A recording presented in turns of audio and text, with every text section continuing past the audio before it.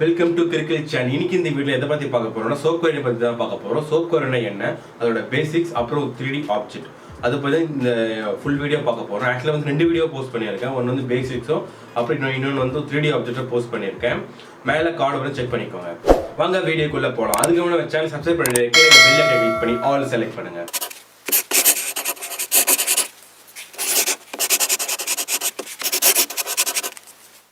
இப்போ வந்து மெட்டல்ஸ் பற்றி பார்ப்போம். கேல்ஃப் நைஃப், இது ஆக்சுவலாக கிராஃப்ட் நைஃப்னு சொல்லுவாங்க, கிராஃப்ட்டுக்கு யூஸ் பண்ணுறது.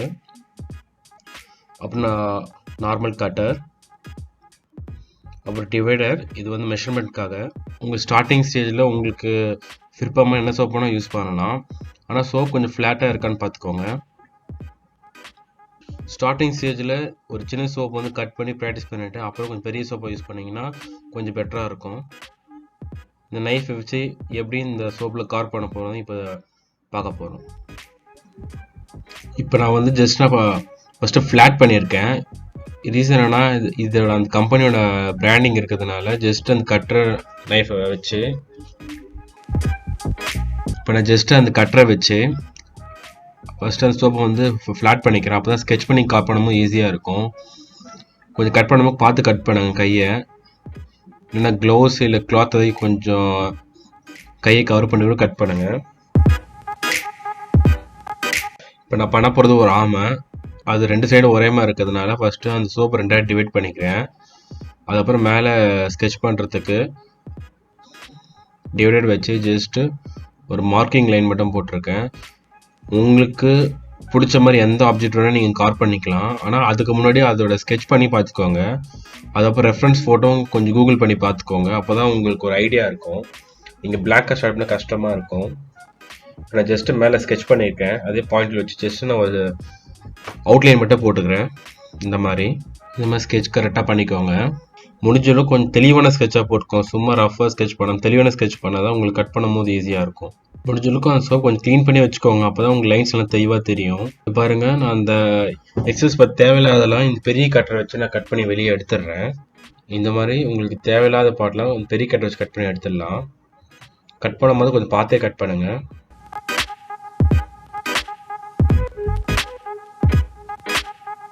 இப்போ உங்களுக்கு ஒரு ஃபார்ம் கிடச்சிது, அந்த ஆமையோட ஃபார்ம் கிடச்சதுனால இந்த சைடு எக்ஸஸ்லையும் இந்த கிராஃப்ட் நைஃப் வச்சு கட் பண்ணி பெரிய நைஃப் யூஸ் பண்ண வேணாம். இது மூலமாக அந்த ஃபார்ம் மட்டும் கொண்டு வாங்க. எக்ஸஸ் அந்த லைன் வெளியே இருக்கிற ஃபார்ம் மட்டும் ஈஸியாக கொண்டு வாங்க.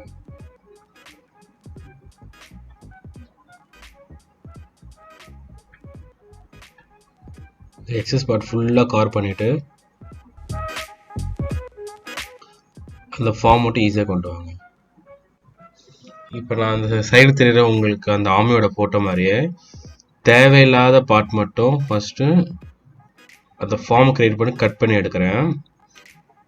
இப்போ நீங்கள் எந்த டீட்டெயிலும் எந்த இதுவும் பண்ண வேணாம். ஜஸ்ட் அந்த ஃபார்ம் மட்டும் கரெக்டாக கட் பண்ணி வெளியே எடுத்துருங்க. இந்த மாதிரி ஃபஸ்ட்டு டிவைட் பண்ணுங்க, எந்த போர்ஷன் முன்னாடிக்கு எந்த போர்ஷன் பின்னாடி இருக்குன்னு. இதுக்கு உதாரணம் என்னென்னா, அந்த ஆமையோட கால் இருக்கு இல்லையா, அது வந்து பார்த்தீங்கன்னா லாஸ்ட்டாக தான் இருக்கும். அந்த வால் ரொம்ப லாஸ்ட்டாக இருக்கும்.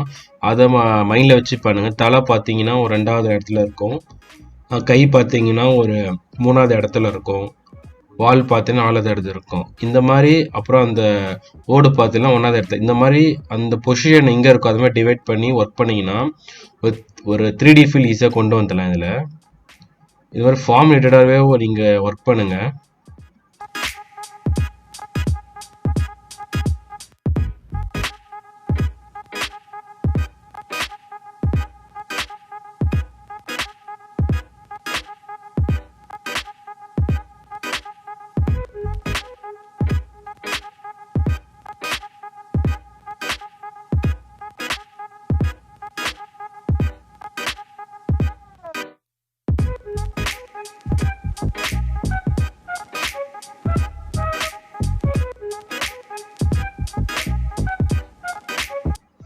இப்போ அந்த ஃபார்மல் ஜஸ்ட்டு அந்த பாயிண்ட் லைன் வச்சு நான் ஜஸ்ட்டு லைனை மார்க் பண்ணியிருக்கேன். அப்போ தான் எனக்கு ஒர்க் பண்ண கொஞ்சம் ஈஸியாக இருக்கும். இப்போ நான் அந்த டீட்டெயிலிங் பண்ண ஸ்டார்ட் பண்ணியிருக்கேன். ஜஸ்ட்டு அது ட்ராயிங் மட்டும் தான் மேலே ப்ளேஸ் பண்ணுறேன். ஏன்னா இந்த ட்ராயிங் வந்து முன்னாடியே வரையலைனா, இப்போ நான் முன்னாடியே வரைஞ்சிருந்தா அந்த கட் பண்ணும்போது ஃபுல்லாக போயிட்டுருக்கும். அதனால தான் அதெல்லாம் வரையல. ஜஸ்ட் அந்த ஃபார்ம் மட்டும் வரைஞ்சி கட் பண்ணேன். இப்போ டீட்டெயில் லைனுக்கு திரும்ப அது மேலே வரைஞ்சி கட் பண்ணுறேன்.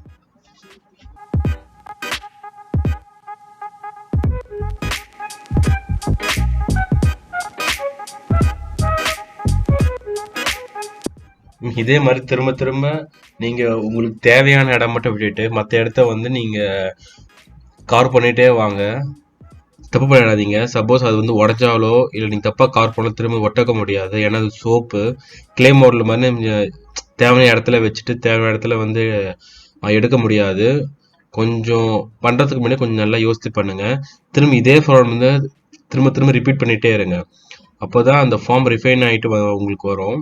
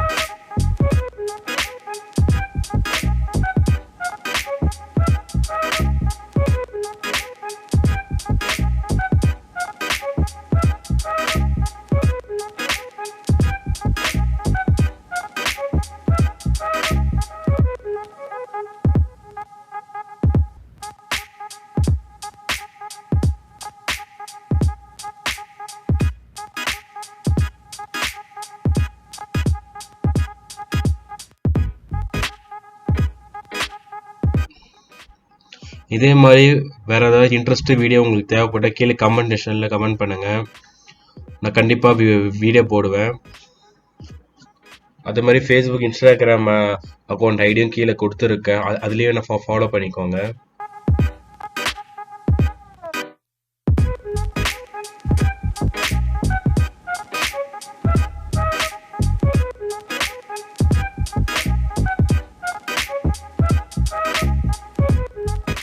வேறு ஏதாவது டாப்பிக்கில் உங்களுக்கு வீடியோ வேணும்னா கீழே கமெண்ட் பண்ணுங்கள்.